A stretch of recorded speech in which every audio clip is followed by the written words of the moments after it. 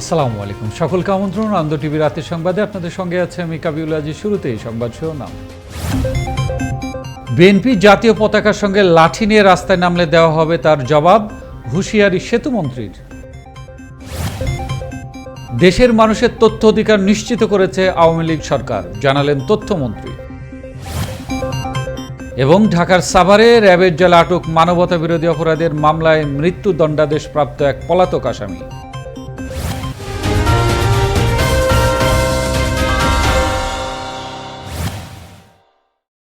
শুনছিলেন সংবাদ শিরোনাম, এবার বিস্তারিত। 28 সেপ্টেম্বর দূরদর্শী ও বলিষ্ঠ নেতৃত্বের গুণাবলী সম্পন্ন একজন মানবিক প্রধানমন্ত্রী শেখ হাসিনার 76তম জন্মদিন। 1947 সালের এদিন গোপালগঞ্জের টুঙ্গিপাড়ায় জন্মগ্রহণ করেন তিনি। স্বাধীন বাংলাদেশের মহান স্থপতি জাতির জনক বঙ্গবন্ধু শেখ মুজিবুর রহমান ও বঙ্গমাতা শেখ ফজিলাতুন্নেসার জ্যেষ্ঠ সন্তান এবং আওয়ামী লীগের সভাপতি শেখ হাসিনার হাত ধরেই উন্নয়নের শিখরে বাংলাদেশ।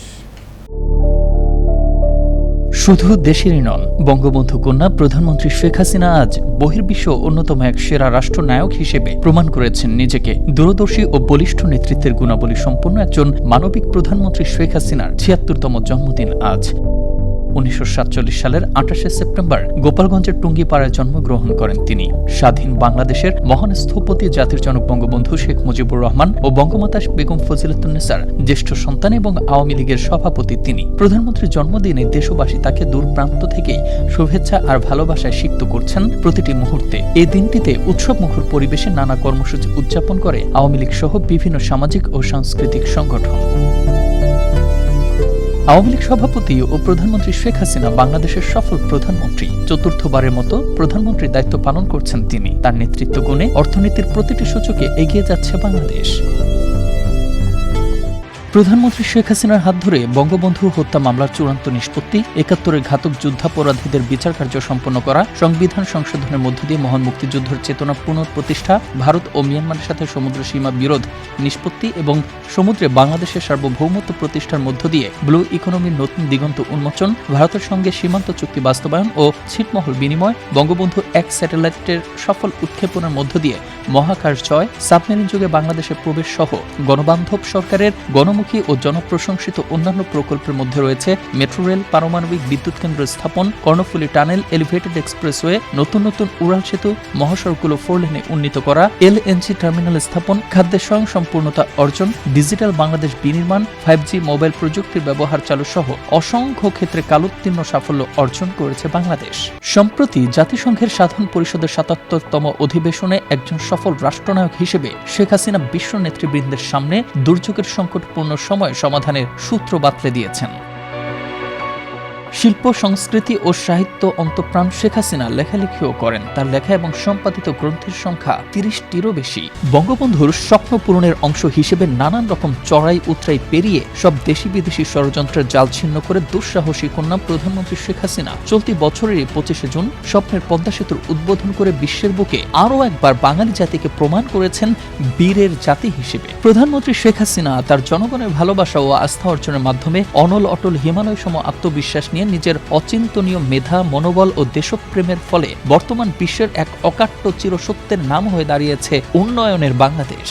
ইস্পাত কঠিন মনোবল নিয়ে দেশের সার্বিক উন্নয়ন ও সমৃদ্ধির চাকাকে অধিকতর সচল রাখতে কাজ করে চলেছেন বিরামহীনভাবে। দেশ ও দেশের জনগণের জন্য তিনি সম্ভাব্য সকল চ্যালেঞ্জ মোকাবেলা করে যাচ্ছেন। শত ষড়যন্ত্রেও বিচলিত না হয়ে দৃঢ় মনোবল নিয়ে হেঁটেছেন বহু পথ। দেশের সম্মান অক্ষুণ্ণ রেখে বিশ্বের বুকে মাথা উঁচু করে কিভাবে দাঁড়াতে হয় তার দৃষ্টান্ত হয়ে থাকবেন বঙ্গবন্ধু কন্যা। বঙ্গবন্ধু কন্যা ও প্রধানমন্ত্রী শেখ হাসিনা ইতোমধ্যেই শান্তি, মানবতা ও উন্নয়নে অসামান্য অবদান রাখায় ভূষিত হয়েছেন আন্তর্জাতিক মর্যাদা সম্পন্ন বহু পুরস্কারে। তবে বরাবরই পুরস্কারগুলোকে জনগণের কল্যাণে উৎসর্গ করা গণতন্ত্রের মানুষ কন্যা প্রধানমন্ত্রী শেখ হাসিনা এগিয়ে চলেছেন ক্ষুধা দারিদ্র্যমুক্ত বঙ্গবন্ধুর স্বপ্নের সোনার বাংলা করতে।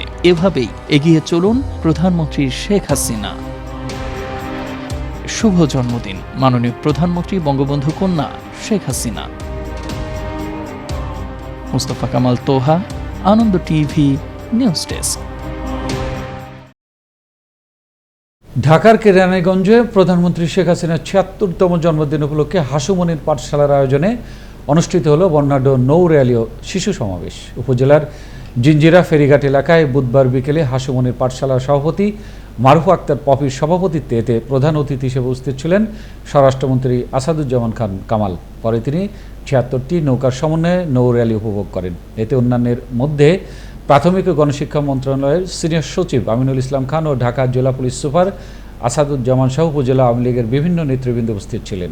প্রেসিডেন্ট বারাক ওবামা আফ্রিকায় যে বলেন যে তোমরা যদি তোমাদের দেশ ডেভেলপ করতে হয়, এগিয়ে যেতে হয়, তাহলে বাংলাদেশকে ফলো করো। এটাই হলো নেতৃত্ব, এটাই হলো দক্ষতা, এটাই হলো মাননীয় প্রধানমন্ত্রীর দূরদর্শী নেতৃত্ব। বিএনপি জাতীয় পতাকার সঙ্গে লাঠি নিয়ে রাস্তায় নামলে জবাব দেওয়া হয় বলে জানিয়েছেন আওয়ামী লীগের সাধারণ সম্পাদক এবং সড়ক পরিবহন ও সেতু মন্ত্রী ওবায়দুল কাদের। বুধবার আওয়ামী লীগ সভাপতি প্রধানমন্ত্রী শেখ হাসিনার ৭৬তম জন্মদিন উপলক্ষে আয়োজিত আলোচনা সভায় তিনি কথা জানান। বঙ্গবন্ধু আন্তর্জাতিক সম্মেলন কেন্দ্রে আওয়ামী লীগের উদ্যোগে অনুষ্ঠিত এই আলোচনা সভা অনুষ্ঠিত হয়। বাংলাদেশের জাতীয় পতাকার সঙ্গে লাঠি আবার বলে এই লাঠি আরো লম্বা হবে। শুনেছে ইয়াসপালার আবাসিক প্রতিনিধি প্যাথোলজিক্যাল লায়ার বসে বসে মিথ্যাচার করে, এর জবাব আমরা দেব। আওয়ামী লীগ সরকার দেশের মানুষের তথ্য অধিকার নিশ্চিত করেছে। বুধবার সকালে তথ্য অধিকার দিবসের আলোচনা অনুষ্ঠানে কথা জানান তথ্যমন্ত্রী ডক্টর হাসান মাহমুদ। তিনি বলেন, সরকার মানুষের বাক স্বাধীনতায় বিশ্বাস করে। ক্ষমতা থাকলেই সেটি প্রয়োগ করতে নেই। ক্ষমতা প্রয়োগ করার ক্ষেত্রেও তাকে বিচারিক মাইন্ড অ্যাপ্লাই করে ক্ষমতা প্রয়োগ করতে হয়। তো সুতরাং বিবেক এবং বিচারিক মাইন্ড অ্যাপ্লাই করে ক্ষমতা প্রয়োগ করতে হয়। সুতরাং প্রত্যেকের একটি দায়িত্বশীলতা আছে, সেই দায়িত্বশীলতা সম্পর্কে আমরা যেন সচেতন থাকি। রাজধানী বাসাবাড়ি ও দোকানে গ্রিল ও তালা কাটা চোর চক্রে একজনকে গ্রেপ্তার করেছে ডিএমপির কাফরুল থানা পুলিশ। মঙ্গলবার কাফরুলের সেনপাড়া পর্বতা ঈদগাহ মাঠ এলাকা থেকে আজিজুল হক ফকির নামের ওই ব্যক্তিকে গ্রেপ্তার করা হয়। গ্রেপ্তারকালে তার কাছ থেকে উদ্ধার করা হয় একটি প্রাইভেট কার, নগদ অর্থ এবং চুরির কাজে ব্যবহৃত বিভিন্ন মালামাল।